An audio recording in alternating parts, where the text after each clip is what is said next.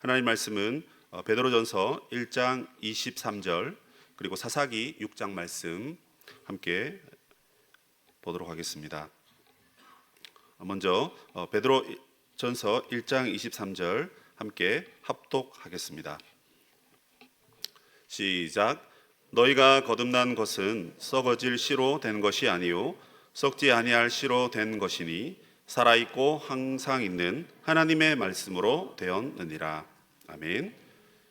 사사기 6장 36절에서 40절 말씀 함께 교독하겠습니다. 기드온이 하나님께 여쭈되 주께서 이미 말씀하심 같이 내 손으로 이스라엘을 구원하시려거든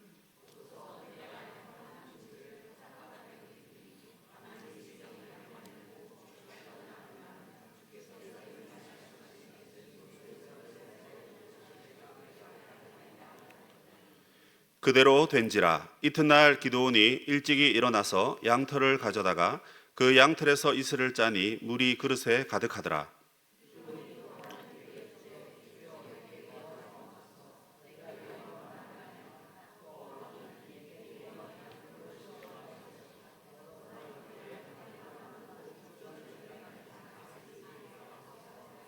같이요.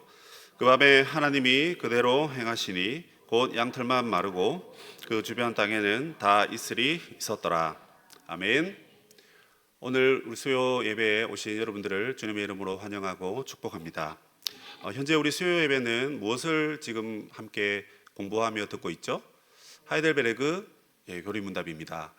얼마 전까지 우리는 사도행전 이야기를 사도신경 이야기를 꽤 많이 들었습니다. 사도신경. 우리의 구원을 위해서 하나님이 그리고 예수님이 성령님이 어떤 일을 하셨는가 이걸 들었고요. 그리고 정확하게 2주 전에 그 사도신경이 우리에게 주는 유익에 대해서 들었습니다. 그 유익은 우리에게 의로움을 주고 그 다음에 그 의로움 때문에 우리에게 영원한 생명을 준다 이렇게 되어 있습니다. 그래서 사도신경을 통해서 삼위 하나님의 우리의 구원을 위한 사역을 잘 믿으면 우리가 의로워진다고 합니다.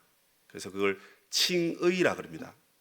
나의 행동의 결과로서 얻게 된 의가 아니라 나는 좀 부족하지만 내가 예수를 믿었기 때문에 하나님이 우리를 의롭다라고 불러주시는 것이 칭의입니다. 그런데 지난 시간에 우리가 들은 말씀은 무엇이냐면요, 우리가 하나님은 우리가 믿음으로 말미암는 의를 좋아하신다면 그럼 우리는 우리의 삶 가운데 선행을 행하는 그 삶은 필요 없고 그냥 마음대로 살아도 되는 건가요? 하는 질문이었어요. 그 질문의 답이 뭐죠? 우리의 구원은 믿음으로 얻는 것이지만 그 은혜에 감사하는 우리는 일상생활 가운데 선행을 많이 행해서 하나님의 이름에 영광을 돌려드리고 또 우리가 뭡니까? 거룩한 삶을 살아가야 된다. 그것이 지난주에 배웠던 이야기입니다.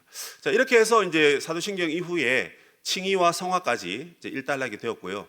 오늘은 이제 그 제목에서 보셨다시피 이제 믿음에 대한 이야기를 하려고 합니다.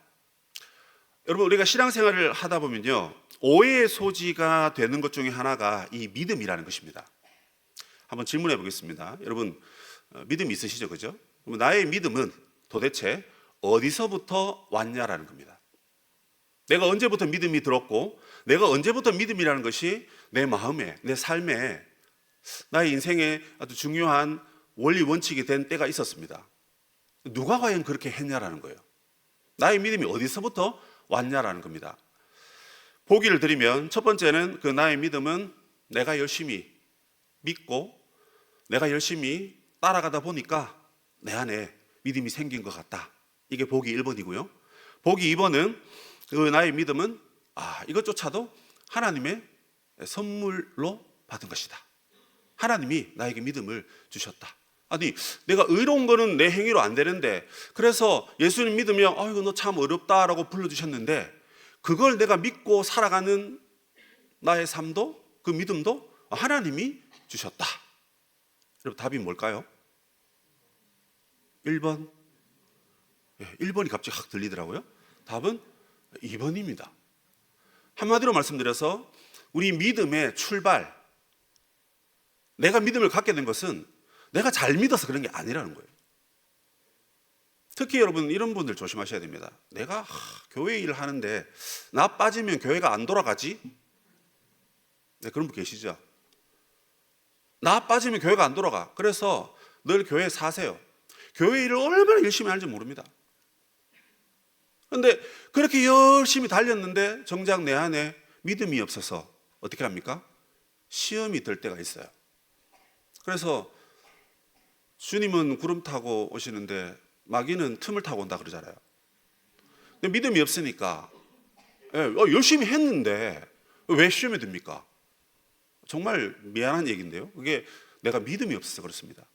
그런데 그 믿음이라는 것이 나의 행위의 결과가 아니라 하나님이 주신 선물이다. 그래서 에베소서 2장 14절에 너희가 그 은혜를 인하여 믿음으로 말미암아 구원을 얻었으니 이것이 너희에게서 난 것이 아니요 하나님의 선물이라 이렇게 돼 있죠. 그죠? 그래서 믿음의 기원이 여러분 하나님이 우리에게 주시는 것입니다. 그런데 이걸 이제 조금 더 자세하게 얘기하면 이 하이델베르그 교리문답 오늘 얘기는 그 믿음을 누가 주시냐면 성령님이 주십니다. 누가 주신다고요? 성령님이 주십니다. 그래서 믿음의 주체는 믿음을 우리에게 주시는 분은 성령님이신데 성령님이 그냥 옛다 받아 먹어라 하고 믿음 입에 넣어주고 믿음 넣어주고 야 너는 좀 멀었어 나중에 와 나중에 넣어줄게 이렇게 하시는 게 아니고 성령님이 외적인 수단을 가지고 우리에게 믿음을 주십니다. 무엇을 가지고 주신다고요? 외적인 수단. 자, 외적인 수단이 뭡니까? 눈에 보이는 거다란 말입니다. 눈에 보이는 수단을 성령님이 사용을 하십니다. 그 눈에 보이는 수단이 뭐냐면 여러분 다 잘 아시는 거예요. 말씀과 성령입니다. 말씀과 성령. 자, 그래서 우리 65번 문답을 한번 띄워주시면요. 이렇게 질문이 들어갑니다. 우리가 오직 믿음으로만 우리가 그리스도와 그의 모든 언덕에 참여할 수 있는데 이 믿음이 도대체 어디에서 옵니까? 답을 읽어봅시다. 시작.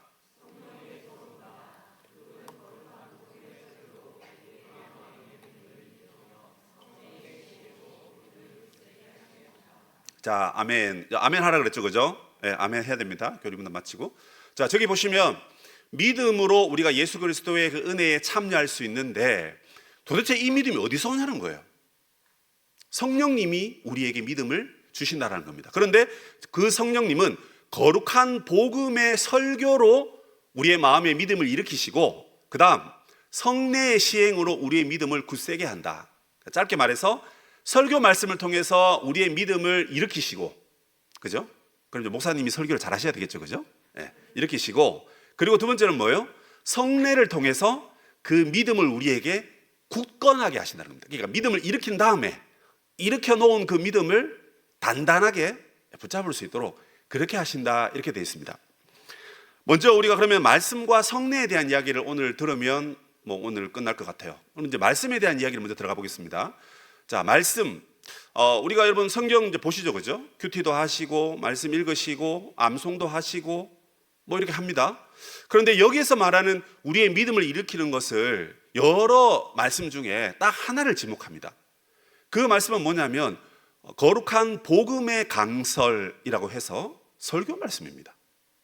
설교 말씀. 그러니까 설교 말씀을 통해서 우리의 믿음이 일으켜진다고 되어 있는데 그 근거 구절을 먼저 베드로전서 1장 23절 아까 읽었던 말씀이죠. 그 말씀에 이렇게 되어 있습니다. 너희가 거듭난 것은 썩어질 씨로 된 것이 아니다라고 말합니다. 저기서 말하는 썩어질 씨라는 것은 세상의 것들을 말하는 겁니다. 세상에 가르치는 철학이라든지 학문이라든지 기타 등등의 여러 가지 문화라든지 우리의 가치관 이런 게 될 수 있겠습니다. 그런 것들로 우리가 거듭난 게 아니라는 거예요. 그럼 무엇입니까? 썩지 아니할 씨로 된 것인데 그 썩지 아니할 씨가 뭐냐면 살아있고 항상 있는 하나님의 말씀이다 하는 것입니다. 하나님 나라는 영원한 나라고 우리는 구원을 얻어서 영원한 생명을 얻는 거죠. 그런 우리가 구원을 얻어서 하나님의 자녀가 되려면 말씀의 씨앗을 받아야 된다는 것입니다. 말씀의 씨앗을 어릴 때부터 심는 것이 아주 좋습니다. 왜냐하면요, 그 말씀 우리 안에 들어가면 말씀이 자랍니다. 그래서 말씀이 점점 자라면 어떤 어려움과 시련이 와도 그 말씀이 우리를 꽉 붙들어 줍니다. 그래서 장례식에 가면 이제 그런 말을 합니다. 오늘 하나님 우리에게 주시는 위로의 말씀은 사실 장례식에 뭐 많은 사람들이 가는 것도 좋고 지인들이 가서 손 붙잡아주고 아이고 하면서 울어주는 것도 참 좋은데 하나님의 말씀이 그들의 심령 가운데 찾아가는 것이 가장 큰 위로인 것이죠. 그래서 하나님 말씀의 씨앗이 그 힘든 상황 가운데 있는 지체의 마음에 심겨지면 그가 영적으로 힘을 얻고 하나님 바라보고 인생은 이렇게 유한하구나, 무한하고 전능하신 하나님을 의지해야 되는구나, 이런 말씀으로 이제 위로를 받는 것이죠. 그래서 썩지 아니할 씨, 하나님의 말씀, 그것이 바로 우리를 거듭나게 했다라는 것입니다. 또 한 구절은 로마서에 나오는 구절인데요, 여러분들 이 말씀도 아마 잘 아시는 말씀일 겁니다. 믿음은 들음에서 나며 들음은 그리스도의 말씀으로 말미암았느니라. 아멘. 자, 저기서 말하는 핵심이 키포인트가 어디 있을까요? 듣는 거에 있을까요? 아니면 듣는 그 말씀의 내용에 있을까요? 우리가 보통 이제 복음을 전할 때 저 구절을 이용하기를 야 말씀을 들어야 돼 하면서 내가 전해야지 너 좀 들어 같이 예배드리러 가자 이렇게 하는 것에 이제 포인트를 많이 주었는데 사실 저기에서 말하고 있는 것은 우리가 듣는 것이 중요한데 뭘 듣냐는 거예요. 그리스도의 말씀을 들어야 우리 가운데 무엇이 생긴다고요? 믿음이 생긴다는 것입니다. 자, 그러면 여러분 우리의 믿음을 일으키시는데 누가 일으키신다고요? 성령님. 성령님이 말씀을 듣는 여러분 심령 가운데 지금 찾아오셔서 여러분의 마음을 말씀 듣기 좋은 마음밭으로 인도하실 때 그 말씀을 통해서 나는 은혜를 받기 싫어 할지언정 하나님 우리에게 은혜를 주신다라는 것입니다. 특별히 그것은 복음의 강설이라고 해서 하나님의 말씀을 전하고 해석하고 적용하는 설교 말씀을 통해서 여러분들이 믿음을 가질 수 있다는 것입니다. 자, 그러면 여러분 우리가 이제 우리 주위에 있는 사람들이라든지 나라든지 뭐 말하면 안 되겠죠. 근데 믿음이 있고 없고를 딱 보면 이제 대충 파악되는 분들이 계시잖아요. 그러면 왜 나는 이렇게 믿음이 부족한 걸 할까? 왜 나는 이렇게 믿음이 연약할까? 그것은 나의 신념이 부족해서, 나의 노력이 부족해서, 나의 선행이 부족해서가 아니죠. 무엇이죠? 우리가 하나님의 말씀을 잘 듣지 못했거나 그 말씀 듣는 그 횟수가 너무 짧았거나 그 말씀을 어쨌든지 귀하게 여기고 말씀을 늘 사모해야 되는데 그것이 부족했던 건 아닌가, 이렇게 우리가 1차적으로 판단해 볼 수가 있을 것 같습니다. 여러분 우리가 인터넷만 들어가면 들을 수 있는 말씀이 참 많습니다. 그래서 뭐 이름만 말씀드리면 다 아는 유명한 목사님들의 말씀을 아마 본 교회 목사님 설교 말씀은 뭐라고 설교했는지 기억 안 나도 그 교회 목사님의 말씀은 뭐 다들 기억하고 계시더라고요. 그런데 이 부분에서 우리가 한번 좀 생각해야 될 부분들이 있습니다. 하나님께서 이 지역에 이 교회에 하필 이 목사님을 하나님이 보내셨단 말입니다. 그럼 하나님께서 세우신 그 사자 목사님 주의 종의 목소리를 통해서 하나님 말씀을 개체교회에 우리에게 들려주신다라는 여러분 확신과 믿음이 있으셔야 됩니다. 그 인터넷에 나오는 그분들은요 그쪽 동네 분들이고요, 해외에 계신 분들은 또 뭐 해외 사정에 의해서 하나님 말씀 물론 다 통하지만 오늘 이곳에 이 자리에 이 지역에 우리가 듣고 우리가 순종해야 될 말씀은 우리 목사님을 통해서 우리에게 주시는 겁니다. 그래서 여러분 그 목사님을 뭐 거기 TV에 나오는 유명한 목사님과 비교할 가치가 없습니다. 왜요? 하나님이 우리에게 보내신 주의 종이기 때문에 그분의 생김새가 마음에 안 들고 그분의 뭐가 마음에 안 들더라도 뭐 그럴 일은 없겠지만 저분이 하나님의 말씀을 나에게 우리 공동체에 전해주라고 보내신 하나님의 사자이구나. 그래서 내가 그 목사님을 인간적으로나 개인적으로도 존경하고 좋아하시겠지만 하나님의 음성을 우리에게 들려주는 사자 목사님이기 때문에 우리는 감사하고 또 그 말씀을 잘 들을 수 있도록 우리가 노력하고 애를 쓰고 그렇게 해야 됩니다. 그래서 교회에 여러 가지 이제 중요한 사명이 있겠죠. 뭐 우리 같은 경우에 이제 선교하고 전도하고 뭐 외에도 뭐 많이 있지 않습니까? 우리 뭐 꿈나래라든지 또 다문화 선교라든지 또 교회학교 친구들 얼마나 많습니까? 참 많은데 그것보다 어쩌면요 제일 앞에 있는 교회의 사명이 뭐냐면 거룩한 복음의 강설을 잘 들려지게 하고 또 우리 후손들이, 우리 모든 하나님의 백성들이 그 말씀을 잘 듣는 것이 제일 중요한 교회의 사명입니다. 왜 그런가 하니 하나님이 말씀을 교회에 주셨지 세상에 안 주셨거든요.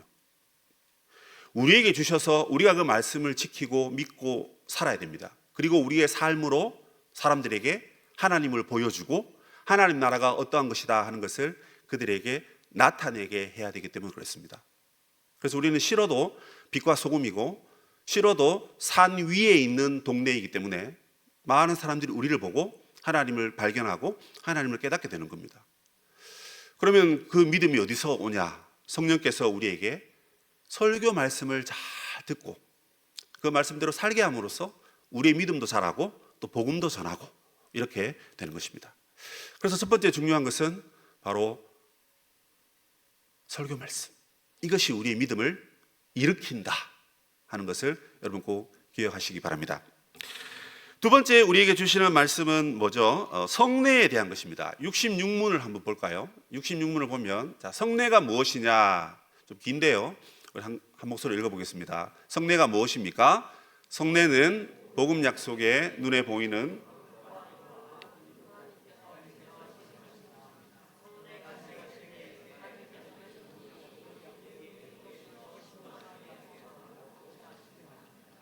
이 약속은 그리스도가 십자가 위에서 이루신 단번의 제사 때문에 하나님께서 우리에게 제사함과 영원한 생명을 은혜로 주신다는 것입니다. 아멘. 자, 저기 보시면 성례는 뭐냐면 첫째 줄에 복음의 약속 보이십니까? 저 복음의 약속이 뭐냐면 설교 말씀입니다. 성례는 뭐냐면 설교를 통해서 우리의 믿음을 일으키셨는데 일으켜진 그 믿음 위에 우리의 믿음을 더 강하게 하려고 눈에 보이는 표와 인을 우리에게 확증시키는 겁니다. 그래서 이건 뭐냐면 말씀과 성례가 동등한 위치와 동등한 가치가 있다, 이렇게 보시면 됩니다. 한마디로 말씀드려서, 예를 들어서 오늘 설교 말씀이 하나님은 사랑이십니다 라고 전했다 칩시다.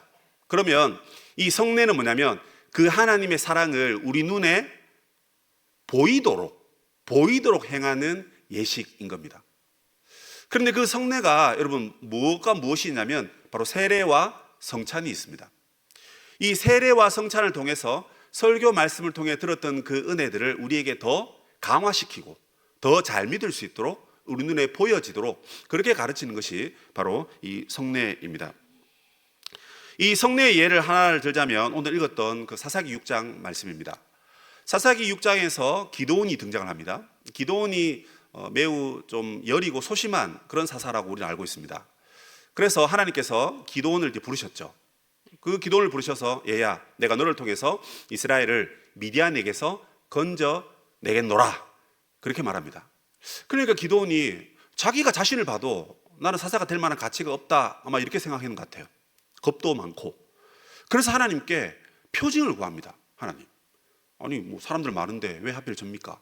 만약에 저를 통해 구원하시려거든 어떤 표징을 보여주십시오라고 묻습니다.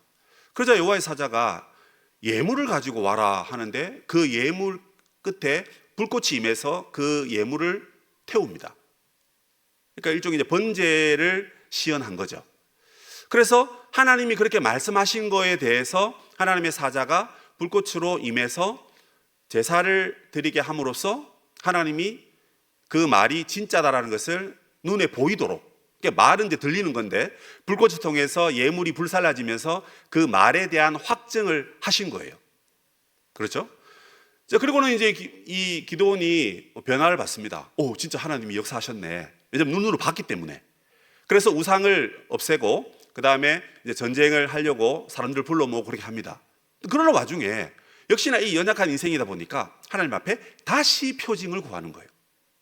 그래서 이번에는 양털이 있는데 양털에 이슬이 가득하게 해달라고도 하고 그 다음 날에는 뭐예요? 양털은 멀쩡한데 양털 주위에만 이슬이 가득하게도 해주십시오. 하나님 참 속도 좋습니다. 두 번이나 이렇게, 그죠? 야 이놈아, 내가 말하면 네가 들어야지. 네가 나한테 명령질이야? 그렇게 할 수 있는데 하나님이 이 사사가 너무 믿음이 없으니까 하나님이 온유하고 인자하신데 영원 무궁하신 하나님이시니까 그 온유하고 인자하신 것도 한두 번이 아니라 영원하신 인자하심이거든요. 그래서 참고 기도원이 하자는 대로 다 해주십니다. 그런데 신기하게도 양털에 이슬이 있기도 하고 그 다음날은 뭐예요? 양털은 뽀송뽀송한데 그 주위에는 이슬이 가득하다는 겁니다. 어머나 세상에, 하나님이 내가 그렇게 요구하시는 그 증거, 그 표징에 하나님이 응답하셨구나. 아이고 하나님 죄송합니다 하고는 이제 7장에 가서 기도원의 300용사로 이렇게 딱 추려지면서 놀라운 승리를 한 그런 내용입니다. 이 기사에서 하나님께서는 말씀을 먼저 하셨습니다. 내가 너를 통해서 구원하겠다 약속하셨죠, 그렇죠? 그리고 그 약속을 확실하게 증거하기 위해서 표징을 사용하신 겁니다. 불꽃으로도 임하셨고, 그리고 양털 위에 이슬이 있고 없고를 통해서 하나님 말씀이 진짜다라는 것을 더 눈에 쉽게 보이게 확증시킨 겁니다. 이런 내용들은 성경에 또 몇 가지 더 나옵니다. 그 첫 번째가 제가 생각해 보니까 노아의 무지개가 바로 그겁니다. 성경 말씀 보시면 창세기 9장에 이런 말씀이 있죠. 노아의 무지개 어떻게 등장합니까? 내가 다시는 너를 물로 심판하지 않겠다. 아이고 하나님 어떻게 믿어요? 뭐 노아가 그러진 않았습니다, 그죠? 그런데 노아는 믿음이 있었기 때문에 괜찮았겠지만 많은 사람들은 그걸 아마 믿지 못했을 것입니다. 그래서 하나님이 뭘 보여주십니까? 무지개를 보여주시는 거예요. 왜 보여줍니까? 우리가 믿음이 없으니까, 우리 연약하니까. 그래서 보고 믿어라 하고는 짠 하고 보여주시는 것이 바로 저 무지개입니다. 그래서 무지개가 뭐라고 합니까? 이것이 나와 세상 사이에, 노아가 아니고 나와 세상 사이에 세운 언약의 증거다. 그러니까 내 말을 내가 증명하는데 나는 내 말 지키는 사람이야 하고는 하나님께서 눈으로 보여주는 바로 저 무지개가 성례의 기능과 같은 기능을 지금 하고 있는 것입니다. 뿐만 아니라 할례도 마찬가지입니다. 창세기 17장에 가보면 할례에 대한 말씀이 나옵니다. 어떻게 나옵니까? 한번 띄워주시면요. 너희는 포피를 베어라. 이것이 나와 너희 사이의 언약의 표징이니라. 이스라엘 사람들은 구약에 전부 다 할례를, 남자들은 다 할례를 행했습니다. 이 할례를 행하면서 하나님께서 이것이 바로 내가 너와 한 약속의 증거다라고 말합니다. 이게 창세기 17장입니다. 자, 이 대목이면 이게 지금 누구와의 약속입니까? 아브라함과 약속이죠. 아브라함아, 네가 아들을 낳을 것인데 아들이 하나님 나라를 세워가고 점점점 커서 내가 너희들을 제사장 나라로 선택해서 사용해서 온 세계를 구원할 것이다.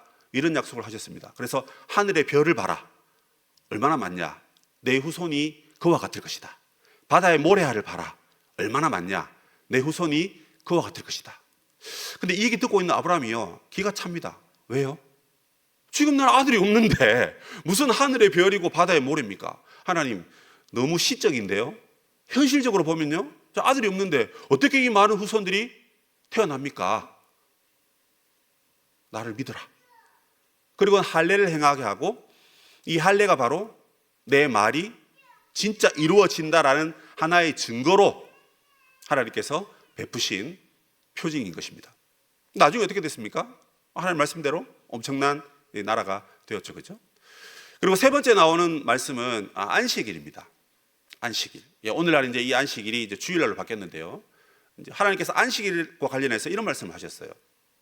너희는 나의 안식일을 지키라. 왜냐하면 나와 너희 사이에 너희 대대의 표징이니 나는 너희를 거룩하게 하는 여호와인 줄 너희가 알게 함이라. 아멘. 참 요즘 주일 지키기가 참 어려운 시대 아닙니까? 그런데 이 마지막 시대에 주일을 어떻게 지키는가 하는 것이 그 사람의 믿음을 보여준다라고 해도 사실 틀린 말은 아닐 것입니다. 그런데 이 안식일 또는 주일의 중요성은 이미 출애굽기 31장에 하나님께서 예초에 먼저 말씀하셨습니다. 안식일을 거룩하게 지켜라. 왜? 너가 나의 백성이라는 그 표시가 어디에 있냐면 안식일을, 오늘날 말하면 주일을 온전히 하나님께 예배하고 성도와 교제하고 그렇게 사는 것이 하나님의 자녀인 진정한 표징이기 때문에 그렇게 살아야 된다. 하나님 그렇게 이렇게 약속을 주신 거예요. 그래서 나는 너희의 하나님이고 너희는 내 백성이고 나는 거룩한 하나님이다 하는 것을 주일을 지키면서 우리의 삶의 자태로 그걸 나타내기를 원하셨던 거예요. 여러분, 거룩이라는 게 뭡니까? 구별된 거죠, 그죠? 하나님의 구별된 백성이니까 우리가 주일날 일하지 않아도 하나님 먹여 살려주실 것을 믿으니까 우리 과감하게 일하지 않습니다. 그게 하나님의 거룩한 자녀의 표징이기 때문에 그런 겁니다. 그래서 나는 예수 잘 믿는 사람이 되고 싶어, 또 나는 예수 잘 믿는 직분자야, 그렇게 말씀하시면서 주일날 일을 하신다거나 그렇게 되면 그 말과 행동이 틀린 거죠. 그러면 여러분, 우리 행동이 그 말을 증거해야 되는데 증거를 못하는 거 아닙니까? 그러면 안 되니까 말과 행동이 같아져야 되겠죠. 어쨌든 여러분, 이 세 가지를 통해서 우리는 이 말씀과 또 성례의 기능을 한번 또 살펴볼 수 있었는데요. 하나님이 말씀을 통해서 우리의 믿음을 일으키시고, 그 다음 눈에 보이는 이 성례를 통해서 우리의 믿음을 더욱 강하게 만드시는 그런 은혜가 바로 이 성례다 하는 것을 우리는 살펴보았습니다. 이 원리에 의해서 우리는 하나님은 성례를 통해서 하나님 말씀이 진짜다 라는 것을 이제 보여주시는 건데요. 여기서 우리가 하나님의 사랑을 알 수가 있습니다. 뭐냐면 하나님이 우리에게 눈높이 교육을 하시는 겁니다. 그러니까 하나님 말씀을 이렇게 쭉 들었습니다. 들었는데 무슨 말인지 모르겠어요. 가끔 목사님들이 자기가 전하면서도 자기가 무슨 말인지 모르고 전하는 목사님들도 계시더라고요. 저도 옛날에 그랬던 것 같습니다. 그래서 내가 막 말하고 있는데 내가 무슨 말하지? 반성도 많이 하고 회개도 많이 했는데, 이 말씀이라는 게 그냥 순간적으로 딱 듣고 그냥 지나가 버리니까 이게 오래 안 남는 거예요, 잘. 그래서 힘든 거죠. 그런데 하나님 말씀을 주시고 그다음에 그 말씀이 진짜다라는 것을 증명하기 위해서 눈에 보이는 성례도 보게 하시니까 우리가 쉽게 이해하고 잘 믿고 우리의 믿음이 더 강해지도록 만들기 위해서 이 성례를 하나님이 사용하셨다 하는 것을 우리가 기억해야 됩니다. 그렇기 때문에 여러분, 말씀과 성례는 그 자체적으로 효력이 있는 것은 아닙니다. 다시 말씀드릴까요? 말씀과 성례가 그 자체적으로 효력이 있는 것은 아닙니다. 왜요? 말씀과 더불어 성령이 역사하셔야 되고 성례와 더불어 성령이 역사하셔야만 우리의 믿음이 일으켜지고 우리의 믿음이 자라는 것입니다. 그래서 하나님의 말씀을 들으실 때 성령의 은혜 안에서 말씀을 안 들으시면요, 우리가 율법주의로 빠져버립니다. 율법주의가 뭡니까 여러분? 율법 지켰냐 안 지켰냐 그거 막 체크하면서 안 지켰나 안 지켰나, 야 목사님도 율법 어겼다, 장로님도 어기셨네, 권사님도 어기셨네, 야 완전 이거 난리 났네, 그러면서 막 율법으로 사람들을 난도질하고 평가하고, 그래서 안 돼 은혜가 없는 거죠. 그러면서 막 비판하고 정죄하고, 이게 율법주의잖아요. 성령의 은혜가 없으니까 말씀만 많이 들으니까 머리는 굵어졌는데 커졌는데 많이 아는데, 성령의 은혜가 없으니까 그냥 우리 눈에 보이는 연약한 성도가 있으면 그들을 위해서 기도해주고 기다려주고 내가 가서 도와줄 건 없는지 살피고 이래야 되는데, 그냥 막 말씀으로 막 사람들 이간질하고 욕하고, 그래서 그 말씀 자체만으로는 절대 우리가 은혜의 믿음에 이를 수가 없다. 성령이 먼저 역사하시고 그 성령이 우리 마음 가운데 오셨을 때 말씀을 들을 때 효력이 나타난다는 것입니다. 두 번째로 여러분, 이 성례도 마찬가지입니다. 성령의 은혜가 없는 세례와 성찬은요, 미신적이고 이단적이고 심지어 우상 숭배로까지 이어질 수가 있습니다. 그 성례, 특히 성찬에 대한 이야기는 아마 다음 주 다다음 주에 목사님들이 설교하실 것입니다. 그래서 오늘은 말씀드리지 않겠는데, 특히 우리 눈에 보이는 이 예식 의식들이 성령의 은혜 안에서 베풀어지지 않으면 그건 여러분 우리가 조상들한테 뭡니까 그냥 제사하는 그런 느낌처럼 돼버리거든요. 그럼 그것은 명백한 우상 숭배이기 때문에 성령이 역사하셔야 되고 성령이 우리에게 깨달음을 주셔야 되고 성령이 세례와 성찬 가운데 참여한 우리들에게 임하셔야 우리가 믿음의 강화를 받고 우리가 은혜가 된다는 것을 여러분 기억하셔야 될 것 같습니다. 자, 그리고 이제 마지막으로 한 가지 더 알아야 될 것은 뭐냐면, 이 말씀과 성례가 궁극적으로 지시하는 그 대상이 있습니다. 그게 67문에 나오는데요, 67문을 한번 보시면 말씀과 성례 이 둘은 우리의 믿음을 우리의 구원의 유일한 근거가 되는 것, 곧 예수 그리스도의 십자가의 제사로 향하도록 하기 위한 것입니까? 질문이 좀 특이하죠, 그렇죠? 옳은 질문을 지금 하고 있는 겁니다. 그래서 답이 뭡니까? 한번 읽어보시죠. 시작. 참으로 그렇습니다. 우리의 모든 구원이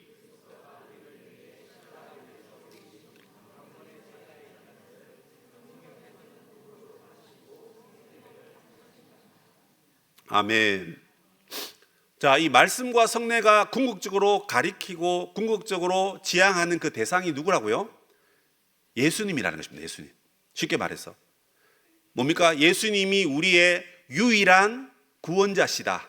그래서 십자가의 제사로 우리의 구원을 위해서 행하신 그 구원 사역을 가리키는 것이 바로 이 성례다 또는 말씀이다 하는 것입니다. 자, 그럼 이제 이렇게 생각하시면 됩니다. 자, 종합해 보면 하나님 말씀은 우리에게 믿음을 일으킨다 그랬죠, 그죠?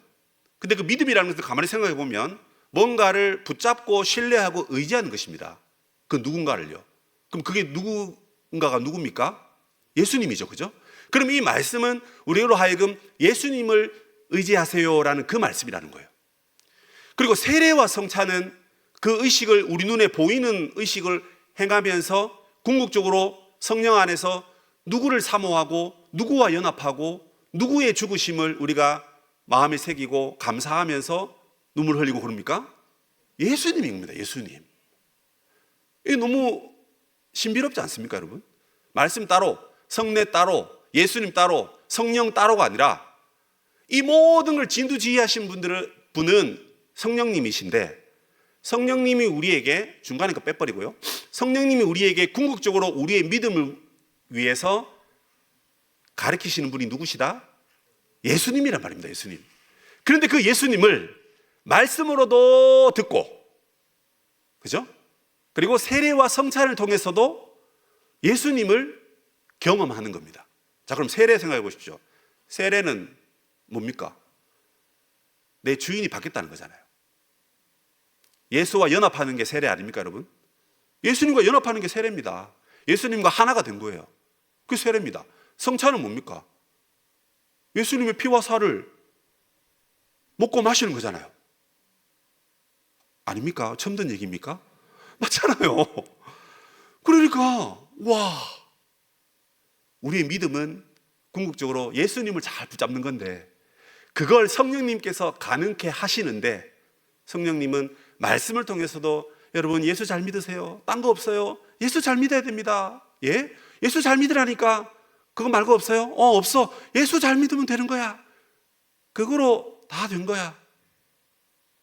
그렇게 말하고, 또 세례를 베풀고 또 성찬을 베풀 때 그 의식을 보면서 목사님 참 집례를 참 너무 은혜롭게 잘하시네.